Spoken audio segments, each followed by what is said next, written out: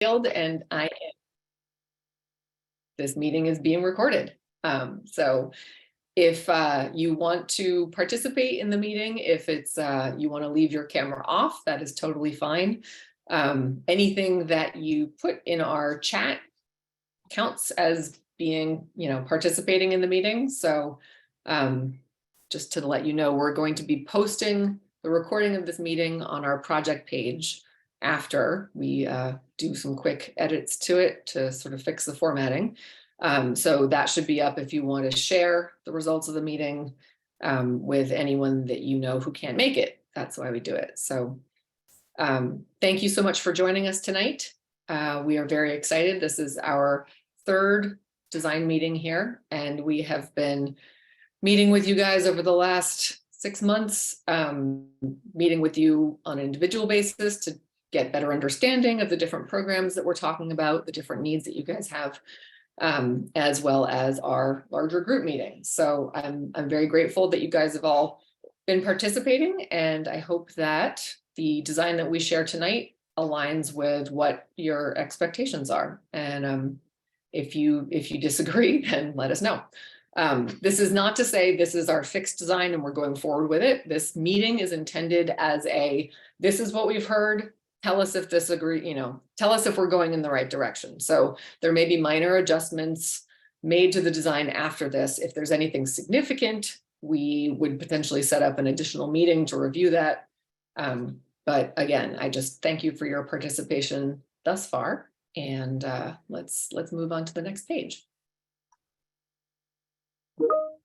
We've got some Zoom tips here during the presentation. We ask that you keep your microphone off, and I think actually we control that. So once we get to the part of the presentation during the Q&A after the presentation, you raise your hand, and then Shauna, who is here tonight with the Parks Department, Shauna Dixon, will allow you to unmute, and you can share your thoughts. You can also share your thoughts over the chat. You could do that throughout the presentation. If there are simple questions that we can respond to during the presentation, we will. Otherwise, we will table some of those comments to address later on during the chat. So if we go on to the next slide. Here we are, our agenda for tonight. So project team and project goals are what we're going to address first. Then we're going to go into what we heard at meeting 1 and meeting 2. These are sort of the reasons we've made this design the way it is based on what we've heard. Concept proposal, number 3, that is going to be the unveiling of our design. And then number 4, listening and discussion, our Q&A essentially, and then closing remarks and next steps. If we could go on to the next slide.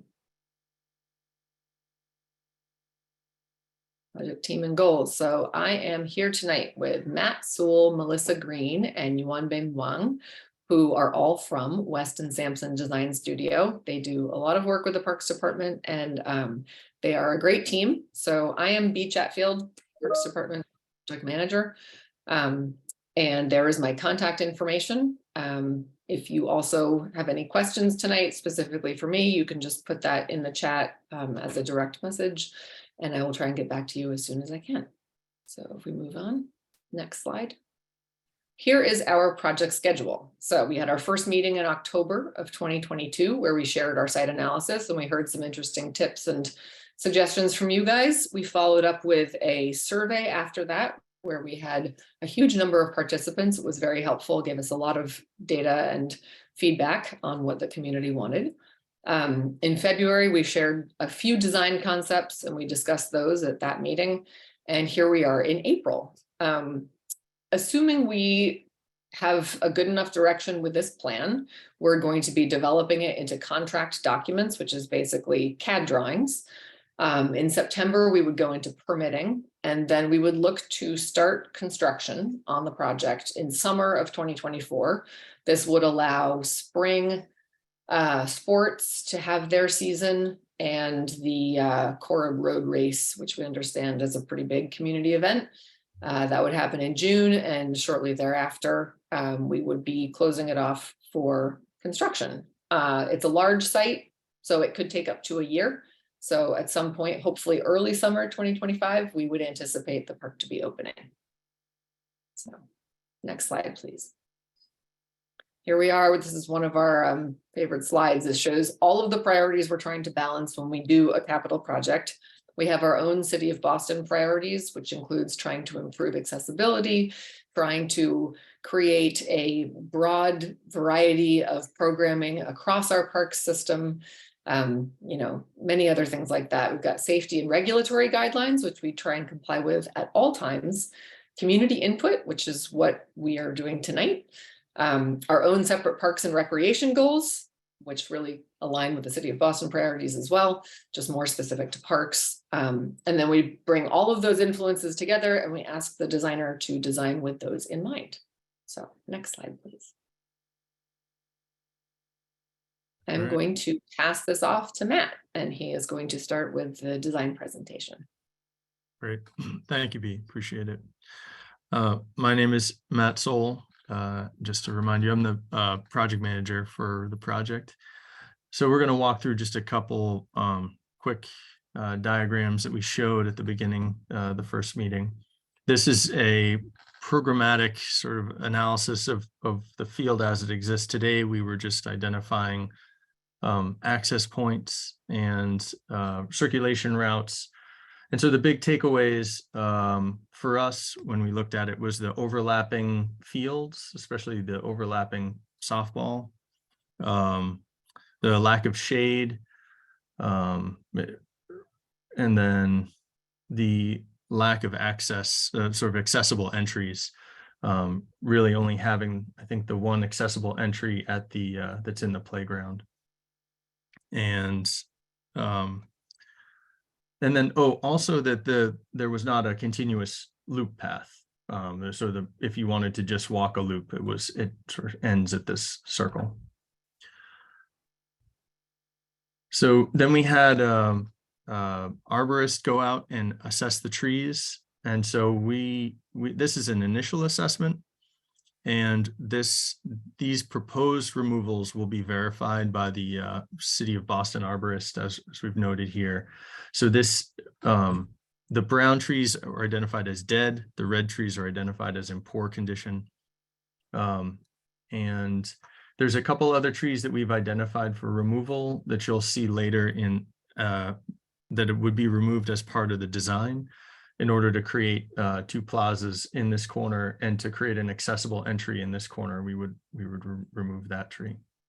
But these are all pending assessment of the city arborist. And then you'll see in the design that we're proposing to replace, to plant far more trees than we're taking down.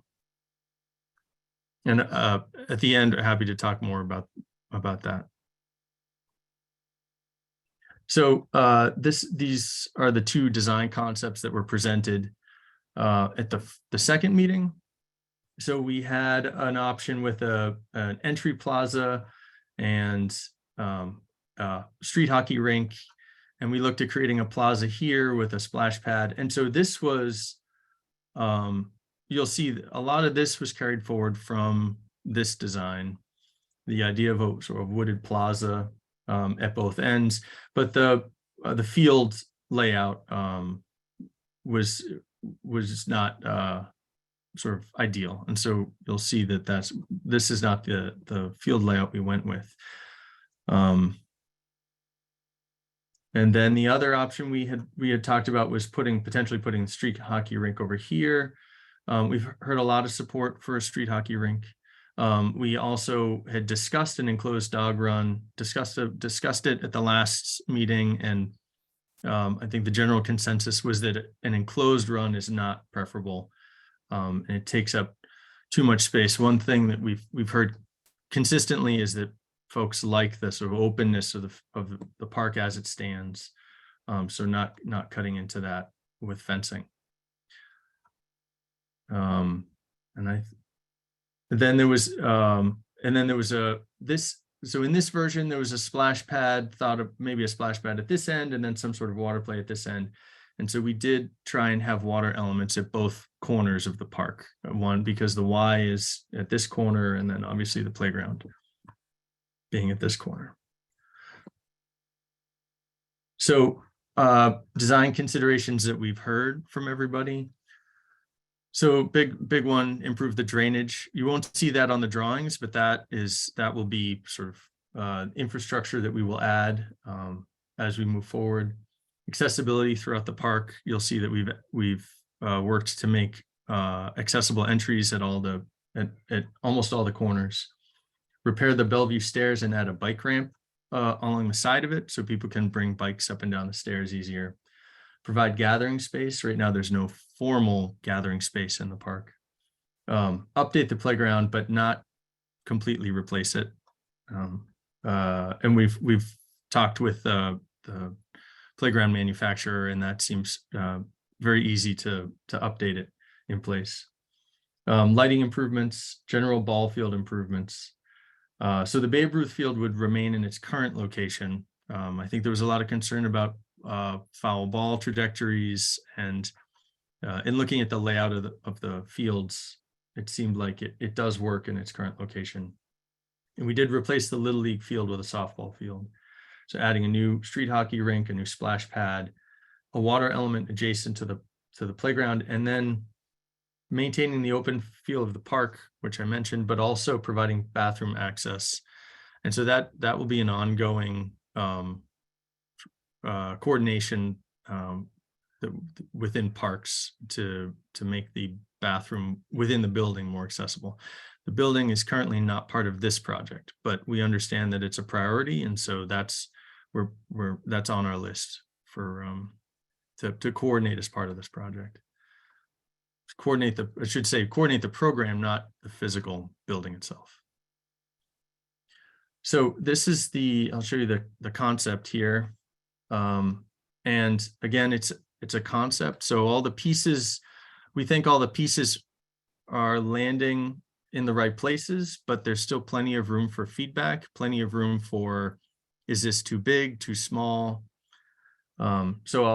There's the Babe Ruth field. We'll start in the middle with the Babe Ruth field staying where it is, providing for a 300-foot softball field.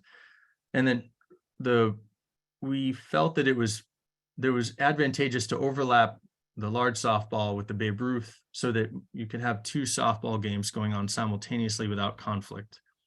Then there's an entry plaza we'll go into more detail. We have a blow-up plan of that. A picnic area with misters down here next to the playground. And then going around the sides, this is a street hockey rink. So and you'll see we have a blow-up of that. So that's sort of set down. It's a couple feet above the fields, but it's still below Sturgis Street. And then we're redoing one of the tennis courts, sort of pulling it off this spine of the others to allow for the path, a circuit path to come through and around. And then there's a plaza. There's two plazas at the other end, and we'll sort of walk through the grading there. And essentially, in order to create these flat spaces, this is a series of stairs, and we also needed the walls in order to create enough grade so that this path is accessible. So this is an accessible route from the parking lot now. Currently, this walk it's too steep and it's not accessible. So, and then coming around the other side, so this is a accessible ramp up to Quinn Way on this side. And then we're using walls back at this plaza to create flat enough grade to make these walks accessible coming on either side of this space.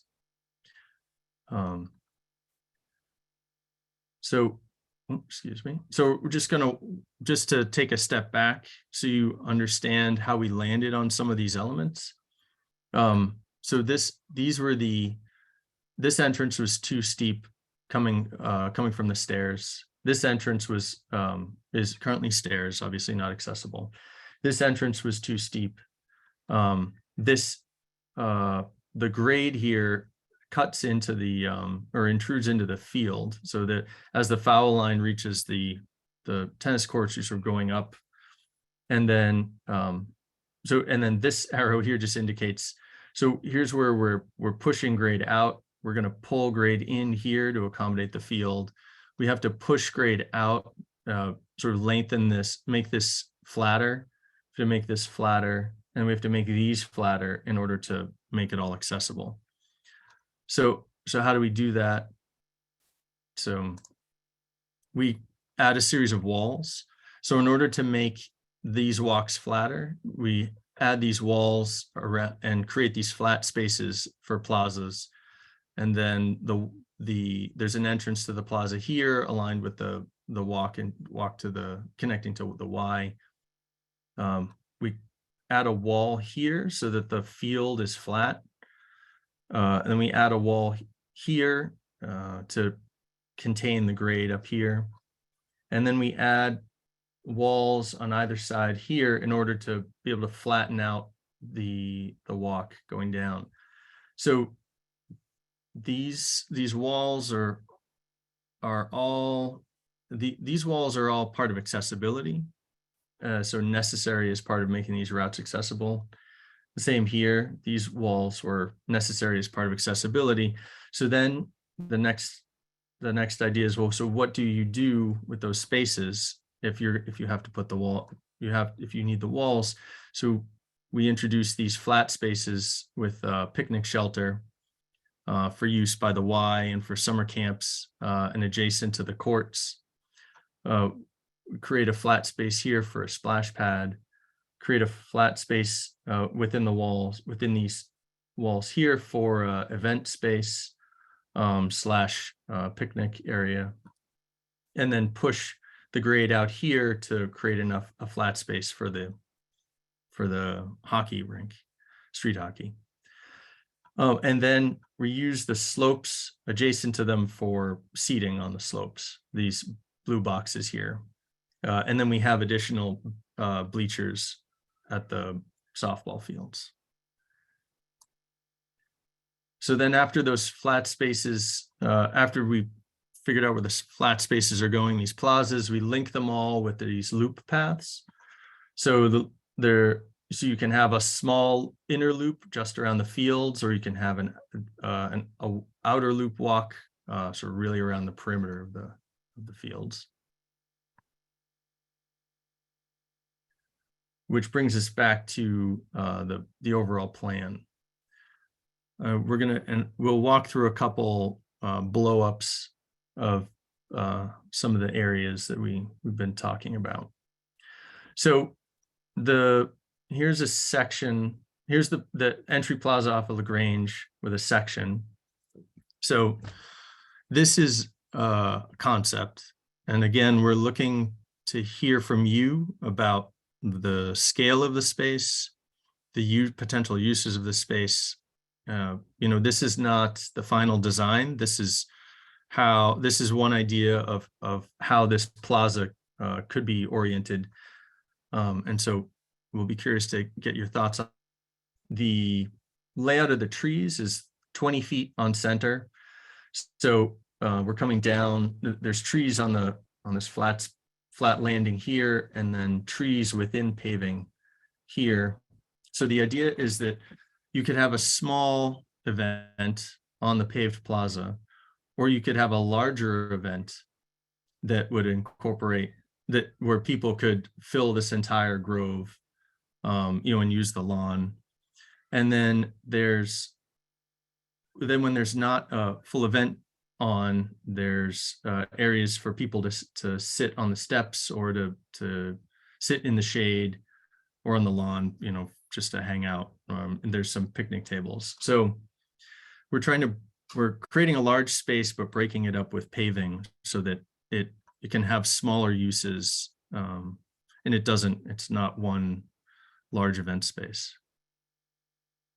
And then you can see in the background here, so we're looking in this direction at this wall here. So this is that wall in the background with the path going down behind it. And then we have accessible ramps doubling back on both sides into the paved space.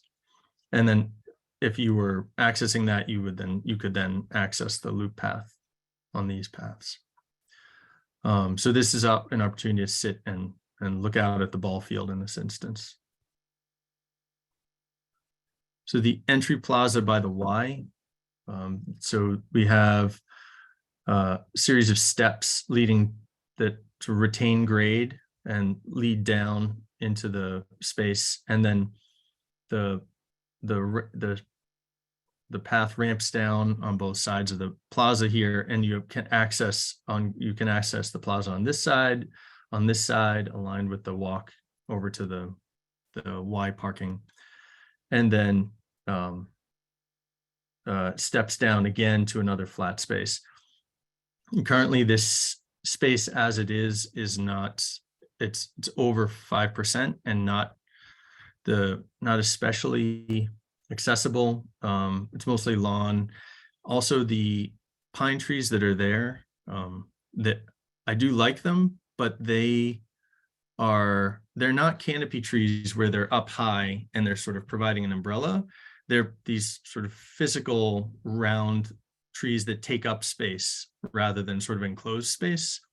And so we thought this space could be better used if those pine trees were removed, and space was made for sort of gathering. So there's a smaller shelter here and a larger shelter on the upper terrace, so that there's picnic tables, but then also other events can happen underneath the shelter. It's not, we didn't want to fill it with picnic tables. And then the grade continues down to what would be the splash pad. So the last area we'll look at in detail is the street hockey rink. And this is really to show that the street hockey rink would be about 9 feet below Sturgis Ave. So that it's set down so that and planted so that the sort of additional noise of a street hockey rink would be buffered by the slope and by the plantings. And then we're using that slope as a spectator seating. So we'll run through a couple precedents for what we were looking at for these plazas.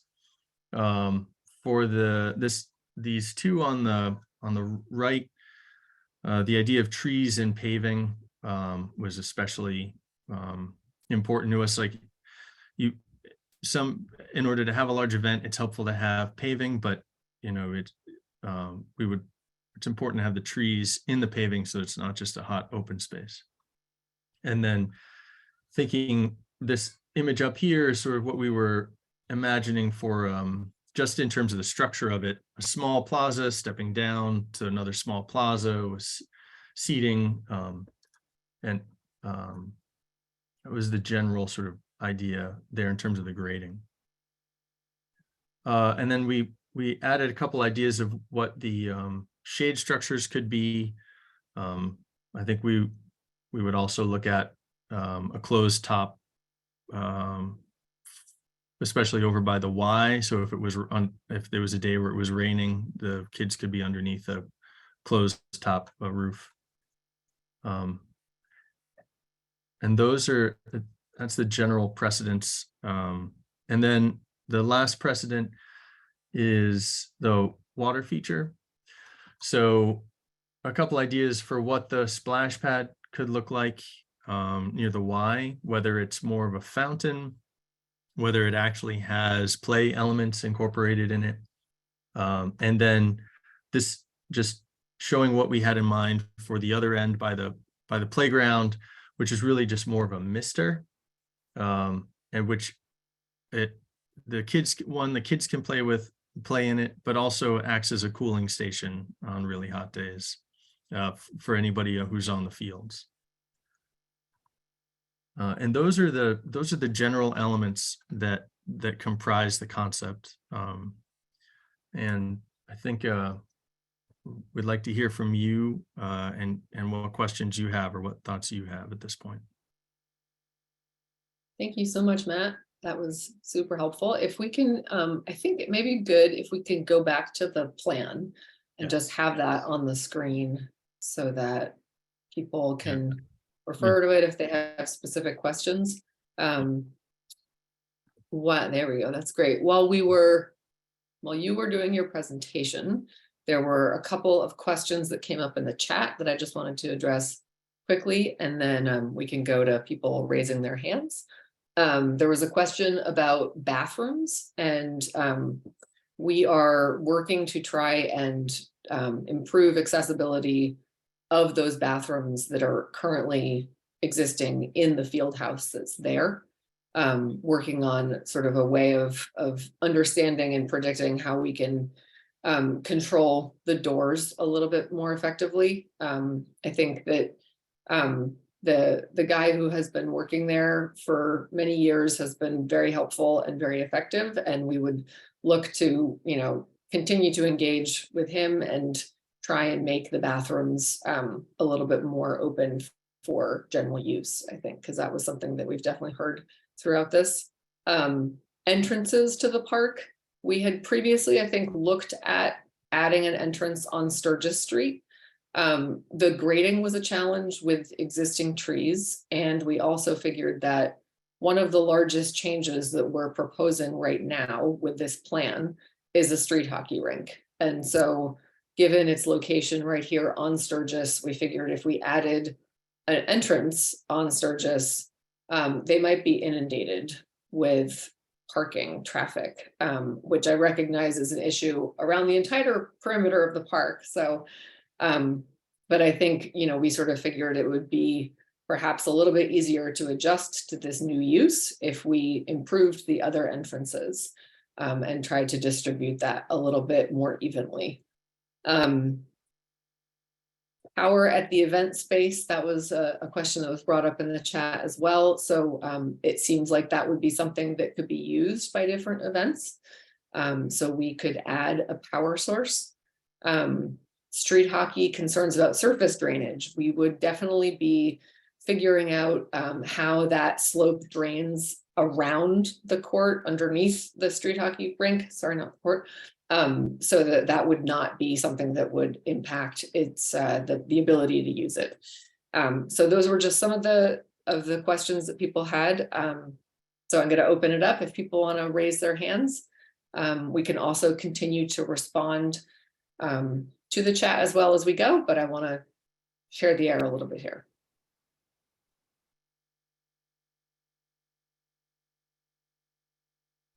And if Shauna, you want to call on people and allow them to unmute, that would be super helpful. Okay, so I guess we'll go with Michael Glyden first. You should be able to talk now. Hi, thanks for setting this up. First of all, it's really appreciated.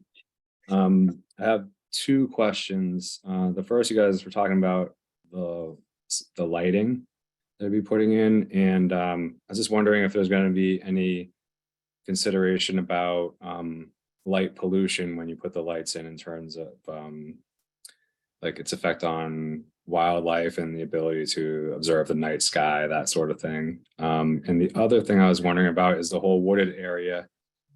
I remember at the beginning you were talking about a bunch of either dead or diseased trees that were going to be taken out. And I was wondering if there's any thought about what you would be doing with that space in particular.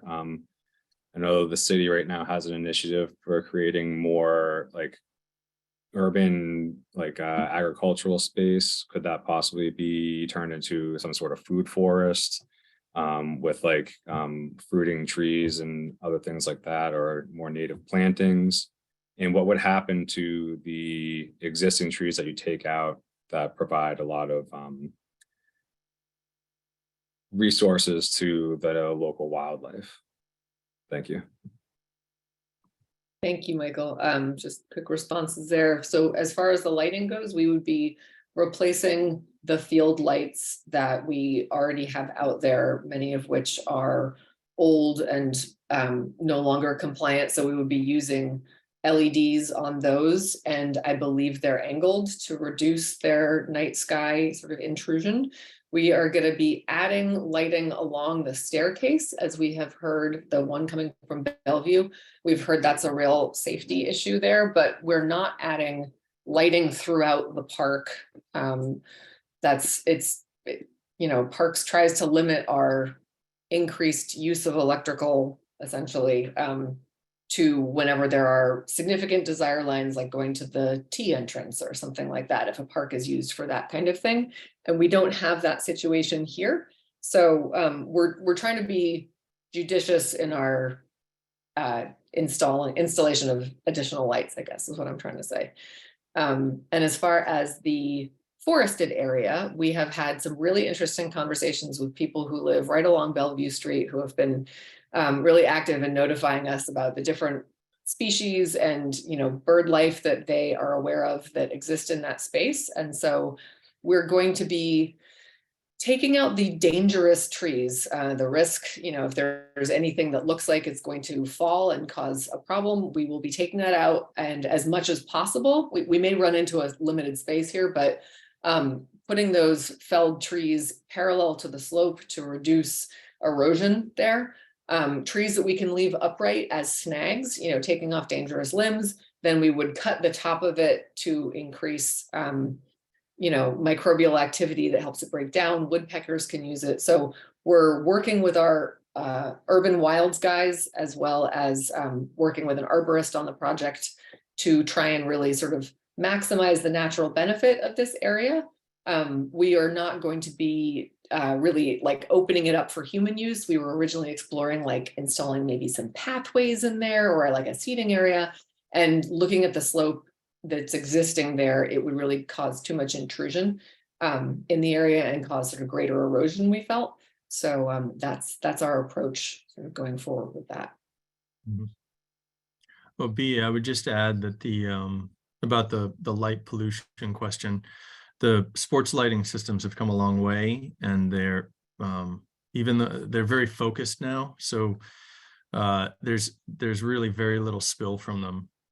So they really focus on the fields when they're on.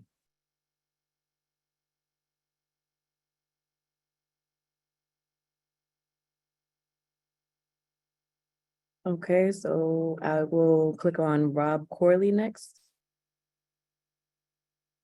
So what happened? Okay, I guess he put his hand down. So I guess I'll click on Dan Hudson next. Hi, folks. Dan Hudson. For those who don't know me, I am the mayor's liaison to West Roxbury. I just want to give a big thanks to the team from Parks here for putting this together. I know it's been a long time coming. Super excited to hopefully get to work on this soon. That timeline is a little far out, but we still got plenty of work to get done. That said, I'm going to throw my email in the chat. If anybody has any questions that aren't answered here tonight, please feel free to direct them to me, and I can make sure that I get in touch with B and get you an answer on these. Super excited about both of these designs. Super excited to hear from folks later on tonight. I'm just going to give a quick heads up. I do get a bounce closer to 7, so we're coming up against it here. But really excited and super thankful for the team from Parks for helping out on this one and getting this done. Thank you. Okay, next in the queue is Rob Talevi. Hey guys, hey B, thanks for putting together this meeting. Question for you. Since this field is also, besides being multifunctional, there are a lot of team sports that play at Billings. Will there be, I'm trying to rephrase my question, will there be any storage containers put on site for, like, I'm trying to reference Garvey as an example, how there is a storage container for recreational sports such as lacrosse, baseball, other activities. Will that be put somewhere on site? And if so, where? That is a good question. And I honestly don't recall if that has come up before. I'm sure people that if we've talked about it before, I apologize. It would be good to hear. It sounds like it's something that's desired. If the sports folks in the room tonight could indicate maybe either in the chat or over an email, sort of what size would be ideal. Obviously, like the bigger the better kind of thing. We can't go infinite, but like, you know, what types, and Rob, that's super helpful talking about what's at Garvey. I can take a look at that because I'm independently not aware of that, what that looks like. But if we can fit it, it's you know, I think that it would help improve the sports usage. I do feel like there is some storage that's available in the field house, so we would also sort of want to balance like what's available with what's being proposed. But please email me if this is something that you're interested in, and we can definitely push that further. Thank you. Yeah, I think that was the other side of my question was, now obviously the question came up for terms regarding the bathrooms. Will there be better accessibility in terms for that? And, you know, in this case, storage in that case, is there more discussions to kind of happen about that? Is that kind of like a back and forth? So we're going to be trying to install remote access doors, like a locking mechanism, so that we can better manage the hours that the house is open, the field house is open. That's, you know, a work in progress. And, you know, I just want to reiterate that, like, we're aware that, you know, the bathrooms have been maintained through present time in a very helpful way. And so we just want to try and figure out what's the best way to deal with, you know, allowing more use of the bathrooms and potentially the storage. So it's a work in progress, but that's definitely, we're pushing it in that direction. So it's good to know that that's something that you would also be interested in, storage from that facility. Okay, next in the queue is Lisa Simons. Sorry if I said it That's wrong. all right. You got it the second time. Hi. Okay. Thank you. Lisa Simons, and I'm from, I'm the president of Parkway Girls Softball League. First of all, I just want to say thank you to everybody who's been working on this and to all of the community for coming in and talking about this. It's clear that you guys had to deal with a lot of competing and different kinds of requests and requirements. And I just really wanted to thank you all for your very thoughtful approach to trying to accommodate so many different use cases. I think you guys have done a really good job of listening, and I really do appreciate that.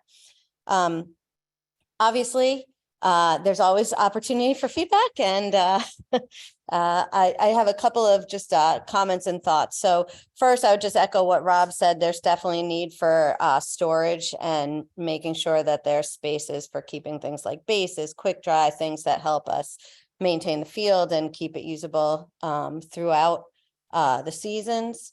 There's a little bit of a challenge, and I did put this in the comments, just to say, like, with the overlap between the larger softball field and baseball, there's obviously going to need to be some coordination around how do we share, and is there any opportunities to tweak anywhere in there. Would be interesting to look at, but I really do again appreciate how much you've thought about it. The other question that I had was really around lights and where the lights would be placed. Would both softball fields and baseball fields, would they all be usable at night, or where do we go? Because today we definitely have some dead spots which present some safety issues for the girls that are playing at night, and not just the girls that are playing at night, the adults that are using that as well, and anyone on the field. So I'm just curious where the placement of those lights would go. I don't think we'd crossed that bridge yet. So, you know, if you have suggestions, we'd definitely be open to understanding, you know, once we create the lighting plan, Sure. if we could Sure. send that and you could give us your thoughts. I think that would be great and definitely appreciated.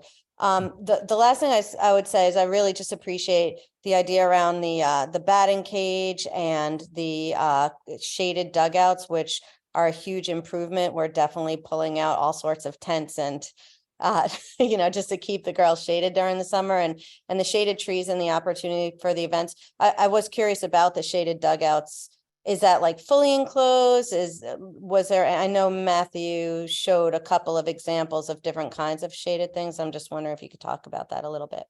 Oh, yeah. Well, there's a product that we use, which is it's essentially it's just a canopy over the top. So it's not, it's sort of enclosed on the back and the top, but not on the sides. Great. So it's yeah. And you know, with the bench, obviously.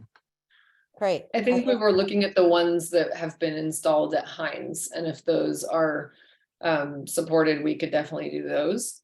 Okay. And then just want to be clear, we're talking about the shaded dugouts and not the like picnic shade structures, right? Yes, yes. Okay, cool. All right. Yes. But I appreciate the shaded picnic areas too. It's nice to have a place to Mhm. eat a little bit something over there or have an event. So that's great. Thank you very much. I really appreciate it. No problem. Thank you. I appreciate the comments. And the one thing I would say about the lighting, yeah, B. Finish your thought. Okay. The one thing I would say about the lighting is that we, in order to light the softball field here, Yep. like we would not be proposing poles anywhere here, right? Because that, you know, you don't want someone like running out and running into them. So sort of the amount of runoff that you need from the field would be taken into account. So, you know, poles would be placed along the foul line here and sort of, you know, at the edge here, Mhm. where you're sort of out beyond the field. And they have a pretty good thrown out. They can reach pretty far, so that you can put a pole like in this location and this location and over here and still get enough light into the center of the field without needing to actually place a pole out there. That would be really exciting. And I also just want to comment on the drainage situation. I appreciate you got how much you all have taken into consideration. It's been a challenge, obviously, and thank you for trying to resolve that.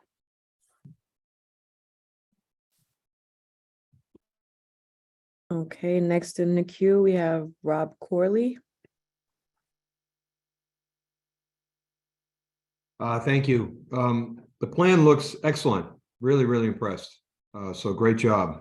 And as was said earlier, it's difficult to balance all these things, and I'm really impressed with what you guys came up with. I did want to just clarify on the lights. So there will be lights. So for nighttime gameplay, right? That was just one question. I'll just rattle off a couple here and let you guys, and I'll shut up and let you answer. The second is the wall, the existing wall along the sort of trees out at the courts. That wall's pretty high in spots, and it has not the greatest railing on top of it.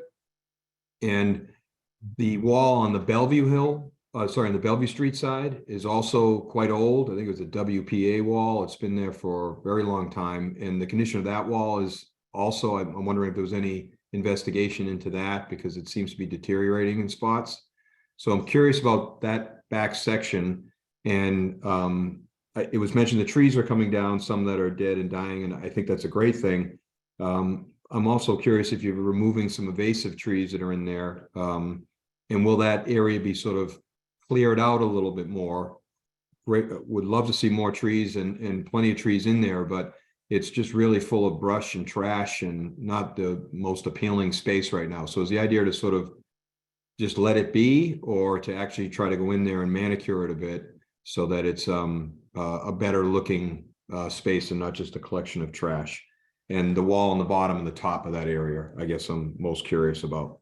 And last question is on the existing structure where the bathrooms are, why isn't that part of this plan or this, this round of funding, or however that may be addressed going forward? Because it seems like now would be the time to address that building, certainly. And why isn't that being addressed? It may have been answered previously in another meeting that I missed, but I'm just curious. Thank you. I'm gonna jump in here. So is your question, just so that I understand it, about that building?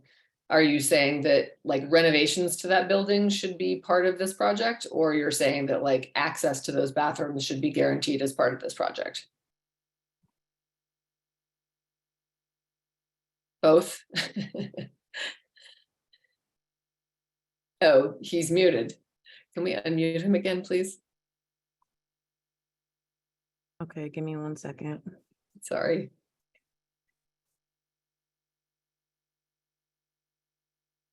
There you go. All right, thank you. Actually, both. Sorry, you had it right. So both, the access, which I think was addressed, but also what is the plan for that building in its use? I know that it's not easy to define because it's somewhat functionally obsolete, but just curious why that wasn't part of the overall sort of thought here, because this looks wonderful. Feels like that's. Yeah, I can address that. So we're trying to deal with the access to the bathrooms as part of this project with the remote door opening, locking scenario. As far as renovations to the building, Mass General Law is, we have our availability of funding, basically, like the Parks Department can do Chapter 3039M, which basically means we work in the horizontal realm. And if we want to do adjustments or improvements to a building, to a vertical structure, we have to go through Public Works Department, Public Facilities Department, excuse me. So the condition of the building is okay in my very layman perspective, but it's not like there aren't pieces of it falling down, which is usually, I hate to say it, when we address repairs for other buildings. So we weren't aware that there was an issue with that, I guess, is my, so we weren't planning on allocating funding for public facilities to do work on it. So as far as the walls, we have taken a look at those. We have not hired a structural engineer to do an assessment of those, but they seem to be in decent condition. If it is something where you have witnessed conditions that are concerning, that's good to hear, and we can definitely put a second set of eyes on those. As far as doing sort of work in the wooded area, you know, we can do some like invasive removals, because there is certainly a lot of invasive activity in there, although it's actually not as bad as you'd think. Like there may be some ailanthus trees, but like it's not, as far as the tree assessment, it's not that bad. And I actually want to sort of redirect the conversation here for a second. It's come up in the chat a number of times as well, about trees on this site. And a few people have been talking about the removal of the pine trees over by the YMCA entrance area. You know, we had talked about removing those pine trees in order to make room for sort of a level picnic area there. You know, that was something where it seems like, you know, we could provide a sheltered area for sort of outdoor workout space, as well as picnics, gathering, that kind of thing. But this is a good conversation to be having at this point, and this is the goal of trying to be as transparent as possible with what our tree removal plan is. And if people feel like those trees really need to be retained, and you know, we can leave out those leveled plaza entry spaces and maintain those trees instead. So it would be good to hear people's thoughts about that.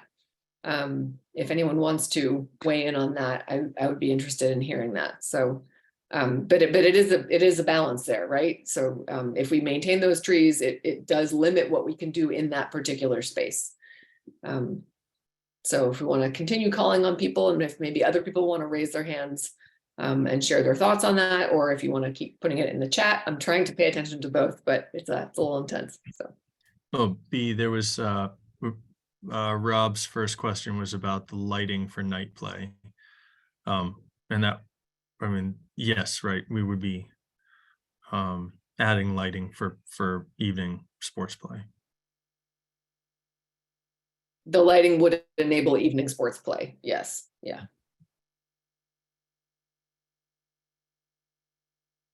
Okay, next in the queue is Josh Fontaine.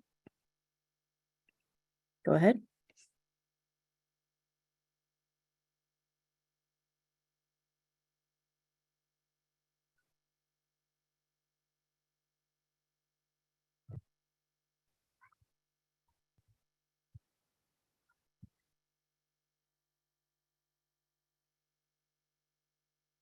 Josh?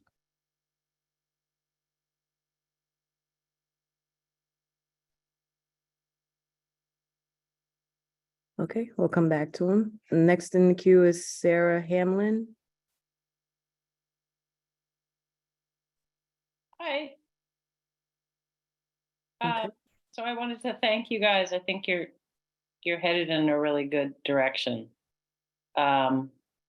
I live on Maxfield Street and I often walk down Bellevue, so I am concerned. I would like to keep as many of the trees as possible because they buffer the light effects. And I guess I would like to know more as well about what the timing for construction is so that we can continue as many activities as possible. Especially if there are changes to the playground areas.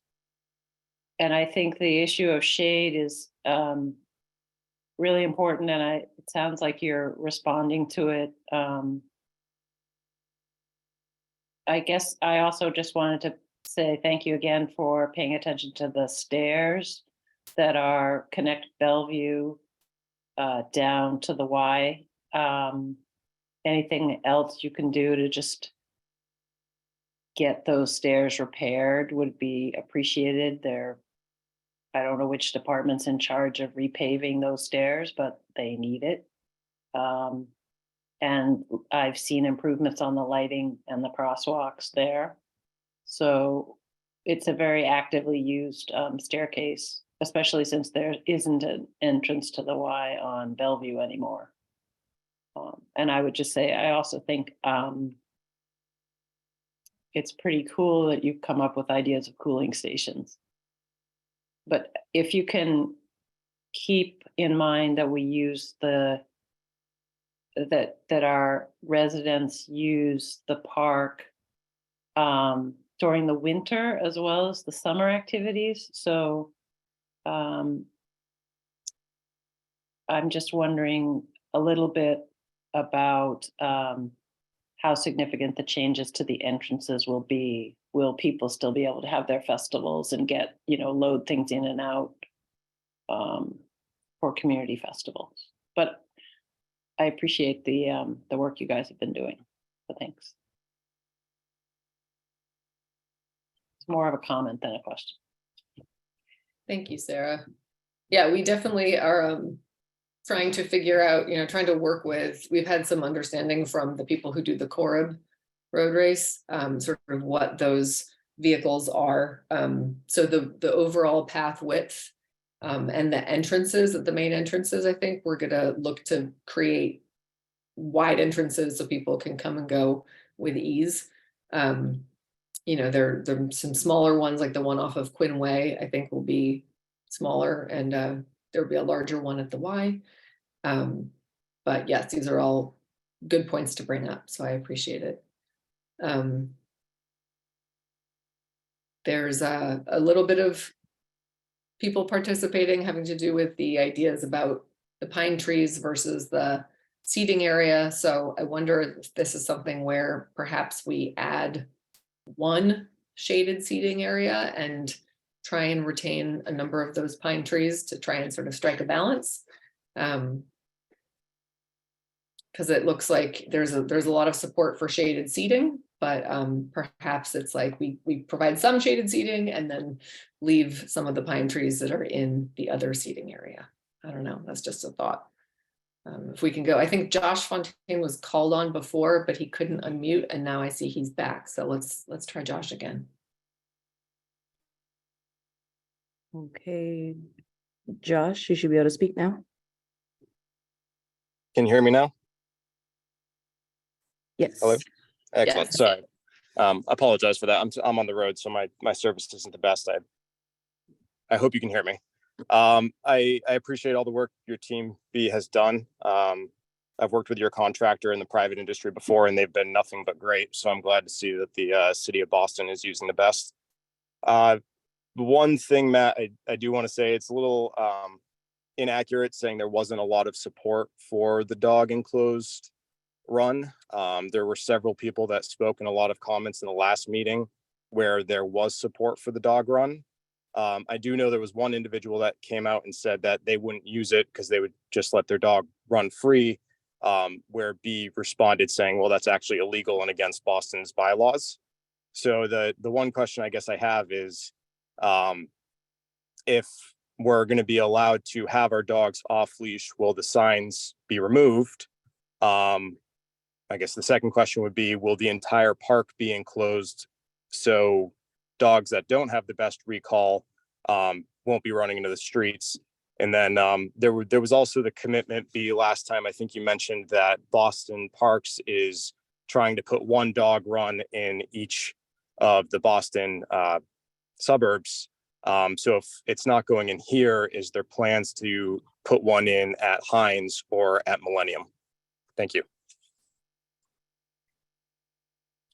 So the unfortunate reality of the laws regarding off-leash dogs in the city of Boston, it is, you speak the truth. Technically, it is not allowed for your dog to be off-leash in a park. So we cannot say that we are okay with that use. I have driven by parks before, this being one of them, and I see that sometimes dogs are off leash. So I recognize that this does happen. It is reality.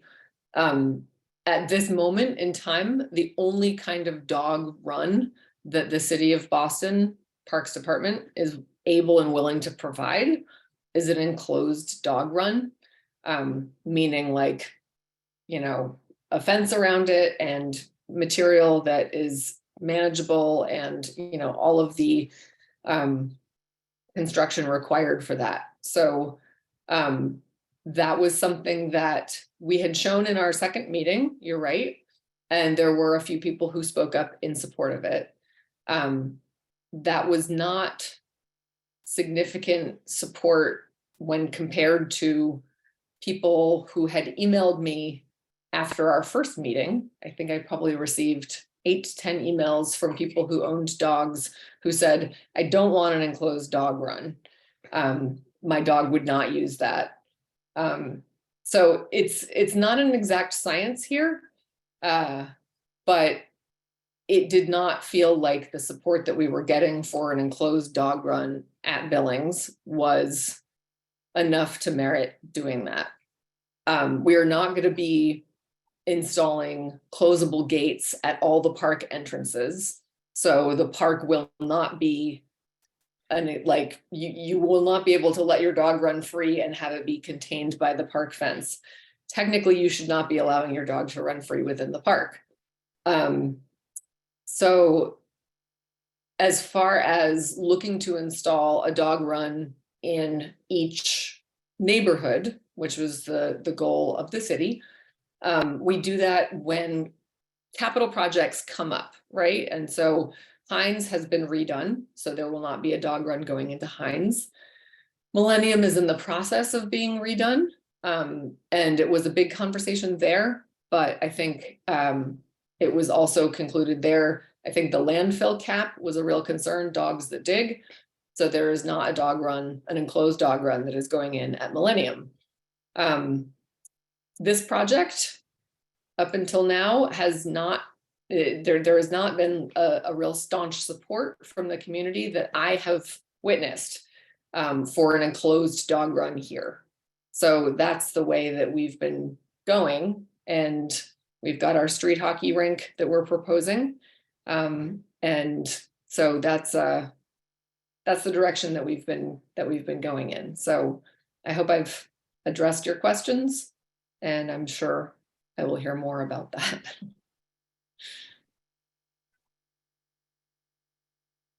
Okay, next question, or next person is Michael Glyden again.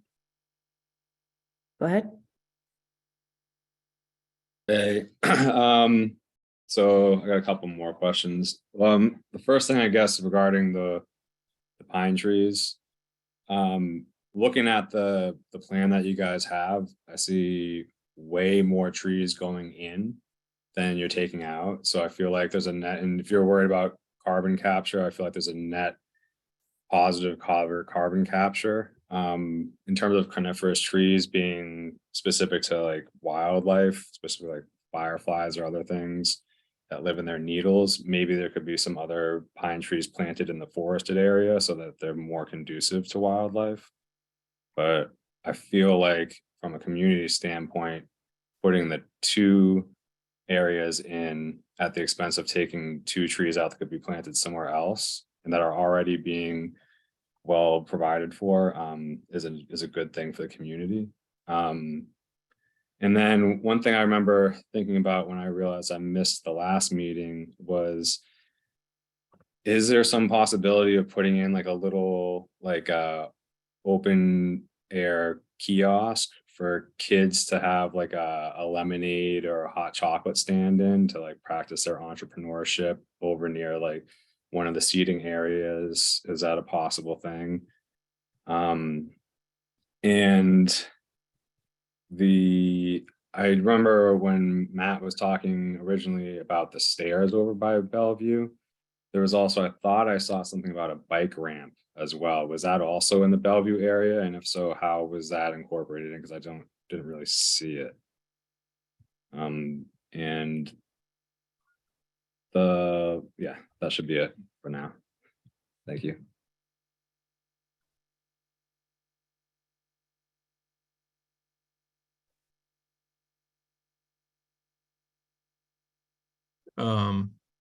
In terms of the ramp, that it's a little hard at this scale to draw the ramp in, but essentially at one side of the stairs we would essentially fill the step, you know, with a concrete triangle, you know, that's probably a foot wide, and that would run the length of the stair, and that would provide a ramp essentially for you to be able to walk your bike up and down.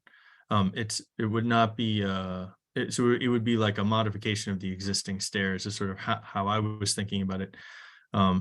B, I'm not sure if you had other thoughts about that.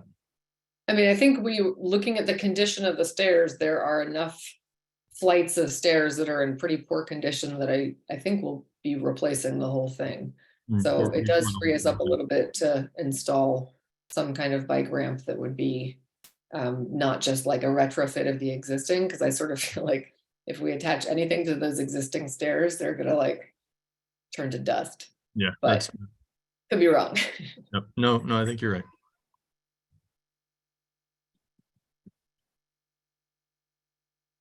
Okay, the next person in the queue is Patrick Snyder. Hello. Thank you guys very much for holding this meeting tonight. I really appreciate your significant commitment to the public process and listening to the community. It's been very pronounced in the past few months, you know, going back to last fall, since you guys have been opening up this process. First off, I will say I really like the idea of having a bike ramp on the stairs to Bellevue Street. I think that would really increase access from more sides of the park.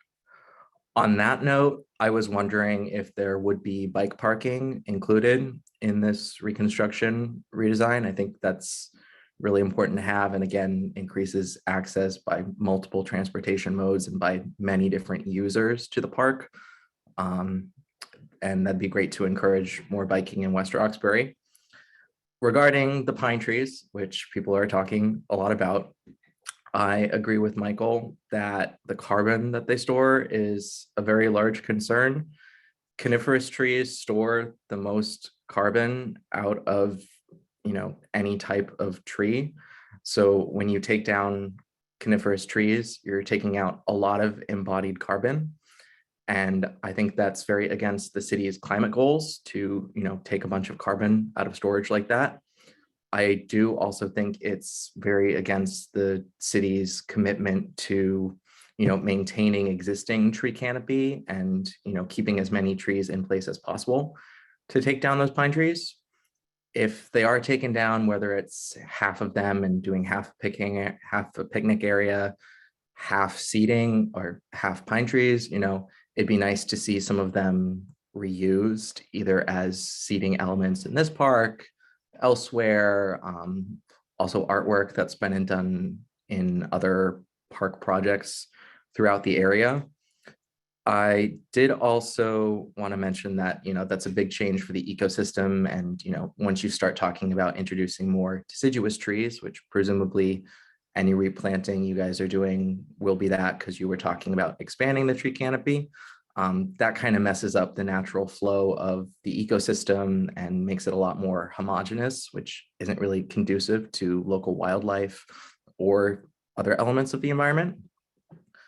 Also, someone mentioned in the chat that initially it was an idea to have lights around the path so that this could be used at more hours of the day, like low lighting in the winter. I would think that lighting like that would be pretty low impact from a light pollution standpoint, but would be very high impact in terms of park use. That's about it. I just wanted to thank the candidates for the 10th District Suffolk race for being here tonight. Thank you for listening to the community preemptively. And again, thank you at Boston Parks for listening as well. Thank you, Patrick. Okay, next in the queue is Brian. Hi, this is Brian Clardy. I'm a resident up the street and also on the board of Parkway Youth Hockey. I just wanted to commend everybody for their, thoughtful approach to this process throughout the few meetings. It is a lot of conflicting kind of uses of the park, and I know that not everybody has gotten everything they wanted, but it seems like you've done a really great job. Just a couple things real quick, because I don't know if anybody's on the call from the Y or Tenacity. Just knowing from experience, during the summer, you see all those trees by the tennis courts, but actually, during the summer, they don't provide any coverage or shade for the kids that are on those courts. And during the summer, there are two programs that are there pretty much every day, with, I'm guessing, between 50 to 100 little kids. Tenacity being on those tennis courts, and then the Y being on those basketball courts. And they're basically just at the will of the sun sitting there. And I don't know if that's why those coverages came there and the thought about removing those pine trees.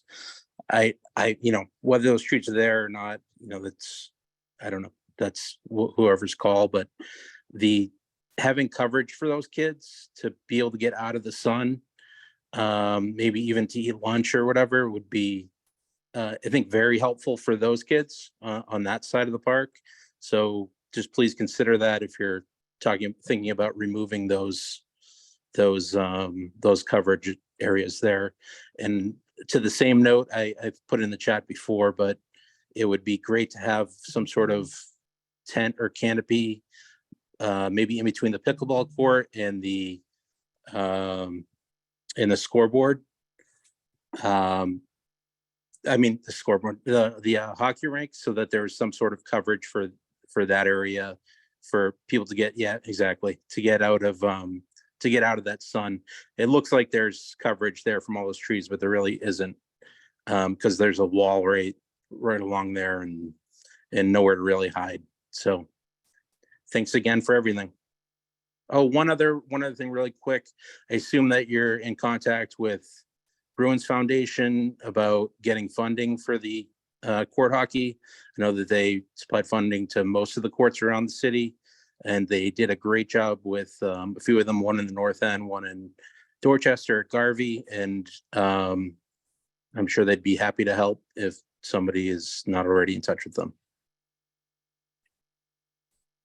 Thank you for that suggestion, Brian. And, someone else has made that suggestion to me before, and I have it on my list. So that's a great reminder. And I think, this looks like something that is going to happen. So I will reach out and see where to start that coordination. So I appreciate your feedback, and maybe it is something where we either relocate one of those shaded areas to a different location on the plan to help preserve some of the pine trees, but still continue to provide shade. I'm guessing the design team is like slapping their foreheads, like the grading that we've had to do to try and make this happen. But it's definitely good to hear that there are a lot of people who think that the shaded areas would be well used. And so we're going to try and balance the need for shade and the interest in maintaining those pine trees. So If for some reason you don't have I know who the contact is for the foundation. If you need that, feel free to reach out to me. And if you could put that in the chat, that would be very helpful. Would you mind putting that in the chat? I'll put my contact in the chat, and then I'll direct you to the person. Yep. Thank you so much, Brian. All right. Thank you. Okay, last but not least, Lindsay. Hi, everyone. Thank you for your thoughtful work on this design. It looks really great. I'm kind of surprised we haven't talked about the playground yet. And I think that's because these 6 p.m. meetings are hard for parents of young children to attend. But I'm curious what the plan is for updating the playground, what's actually going to change, what's going to stay the same. And I'm hoping the fact that it's just being updated, not completely redone, means it's not going to be closed for as long as it might have been otherwise. So I'm kind of hoping you can speak to plans for how the renovation is actually going to work. I think other people have wondered about this in the chat too, like, are you going to stage which parts of the park are closed while you're working on other parts? And how long can we expect to not be able to use some of these, what some of us consider critical areas of the park while they're under construction? Thank you.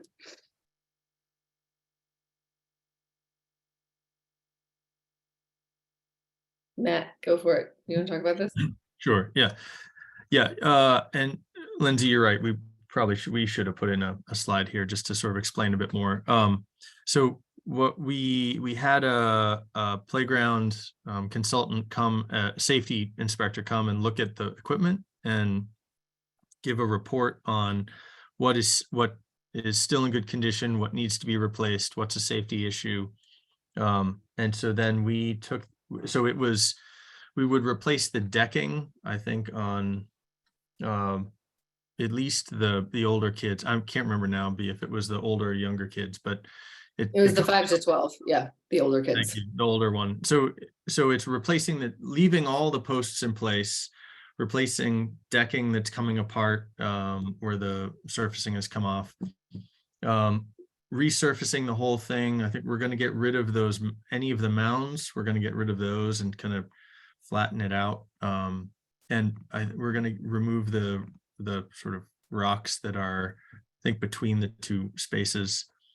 And so it's really just rehabbing the equipment that's there and resurfacing. And B, we haven't really talked about yet the phasing of that in terms of when. Yeah, we haven't talked about that because there's no contractor on board yet, and that's the rub of committing to, like, oh yes, the playground will be open for this period of time, because we don't. Here's the good news is that it is going to require minimal work, right? Like safety surface, repairing the safety surface, that's a one-step process essentially. Repairing the decking, so it is not a comprehensive renovation. So the work that's being done on the playground is not going to take as long as it would if it were a comprehensive renovation. It's also a discrete space within the park, right? Like it's surrounded by fencing, and it has its own entrance. So my guess would be that it would be something pretty easy for the contractor to address and then open separately. But we don't have a contractor on board yet. And if you put things like that in the bid, like here are these phasing requirements, that tends to drive the price up, because the contractor looks at it and says, oh, they're already figuring out how to make this job more complicated. So in order to try and get the lowest bid, which is what we need to do as the city, we would not want to put that in there. We could certainly work with the contractor once we have them on board to try and express the interest of the community to have it open as quickly as possible. And given the nature of that space, I think it would be possible. But that is as much as I can really say, and it's not much of a commitment. So I'm understanding that you use the space often, and it's a really important space for the community. I have a 7-year-old daughter. She loves that playground, and every time I go there, there's people there. So I get it. It's a well-used space. The last point, I forgot the water table that's there. So we've talked about taking the water table out and replacing that with another piece of equipment that would not be water related. And then the misters on the outside of the park would be sort of a replacement for that, so that there would still be some sort of water feature for the kids.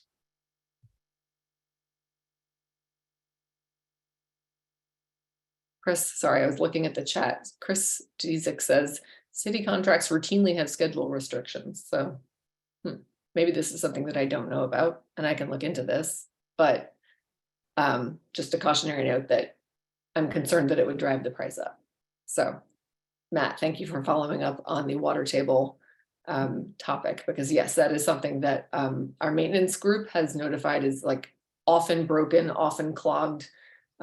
So we would be looking to replace that water feature in the playground with something that is not water-based, I guess.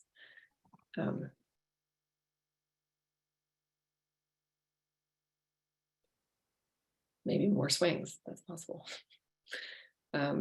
Okay, so, I have not been able to synopsize all of the pressing concerns that have showed up in the chat. Whatever is in the chat has made it into the meeting record. So, there's still, it's 7:20. We've got 10 more minutes. If somebody wants to bring up something that they feel I have not been able, I haven't addressed because I haven't been able to catch everything. We have a couple more minutes.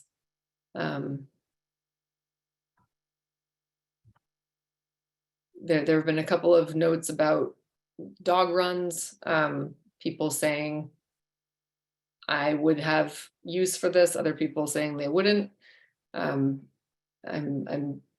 still saying that our previous meetings and communications have shown there is support for an enclosed dog run, but not much. So that is the direction that we're aiming for, right? So if nobody. Oh, yeah, I did see I think the question about Sturgis access came up again. And we did it, we sort of talked about it at the beginning, but the thought, we did look at Sturgis access off of Sturgis, but the thinking there is that since we're introducing the street hockey rink, that having an access right adjacent to that facility would really drive up traffic and for vehicular traffic on Sturgis. And so that's why we're not showing a access off of Sturgis.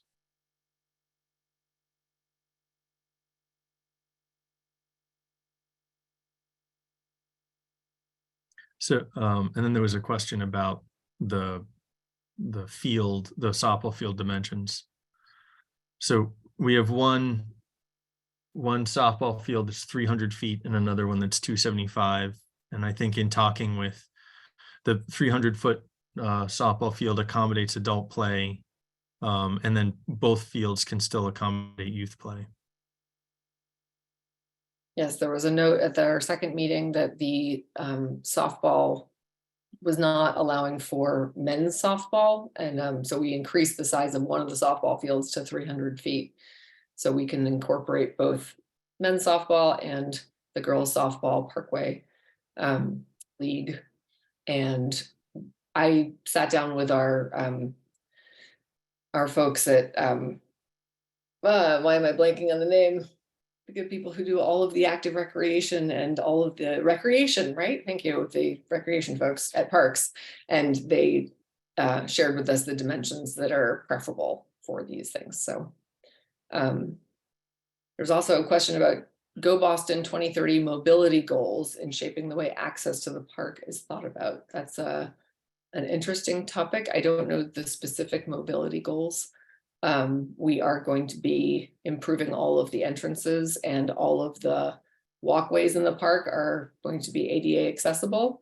The only non-ADA accessible entrance is going to be the staircase coming from Bellevue. So I'd like to think that would work with mobility goals, but Patrick, if you, I will look that up after our meeting. That will be my homework. So I appreciate your bringing that up.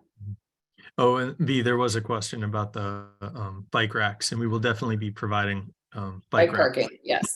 Bike parking sort of at each end of the park. Yeah, it's sorry, it's hard at this scale to sort of depict some of the more detailed elements.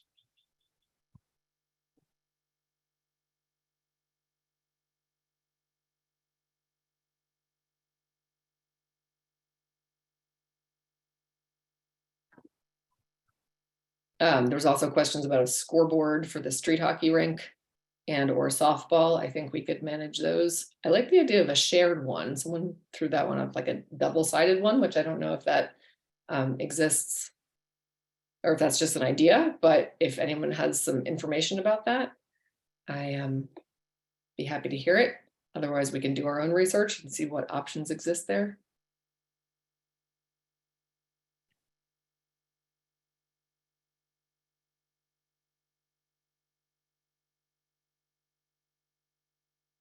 And someone also brought up electrical access in the park for events.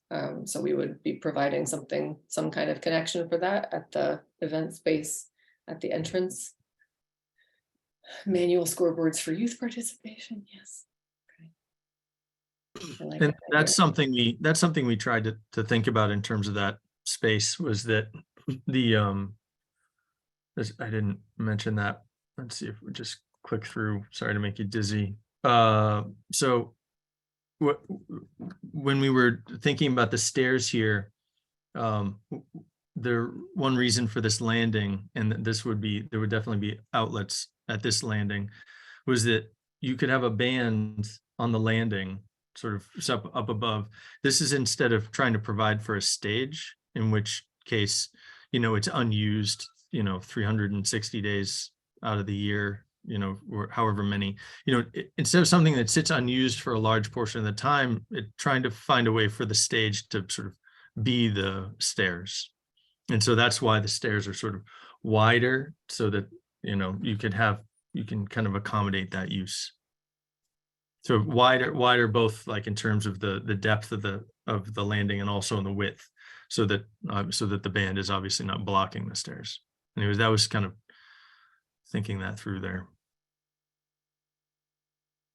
Well, it's 7:26, and I feel like we've had a lot of great comments here tonight, and I want to thank the design team for their apparently inexhaustible ability to receive information and incorporate it. It has been a balancing act, and obviously we are not able to satisfy everyone's needs, but I appreciate hearing the continued suggestions, and I also appreciate the positive feedback, because it's nice to hear. So I thank you all for coming tonight, and keep your eye out for our project page. I'm going to put that in our chat, so if you want to go to that in the next few days, boston.gov billings-field. We will upload the recording of this. We're also going to upload the presentation PDF. So if you want to forward that around, if you have continued thoughts, suggestions, things that you think we are missing, please email me. That's my email is on the project page, but I'm also putting it here. So thank you, everybody, and have a wonderful night. Thank you.